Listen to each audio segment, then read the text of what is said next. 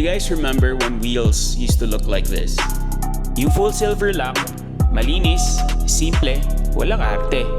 Hyper silver na kumikintab pag tinamaan ng araw. Tapos pag higher trim, chrome. Alam mo na kaagad, top of the line. Hindi kailangan ng black pockets, hindi rin kailangan ng two-tone para magmukhang sporty. Mga early 2000s hanggang around 2009, ganito pa halos lahat ng OEM. Silver lang, safe, clean. Tapos bandang 2012 to 2016, doon nag-start maging mainstream yung black and machine silver. Pagdating ng 2017 pataas, parang naging default na siya, lalo na sa mga crossover na sport trims. Ngayon halos lahat black and silver na, parang copy-paste.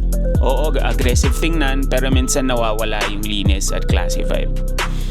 Iba pa rin yung buong silver. Timeless, OEM feel.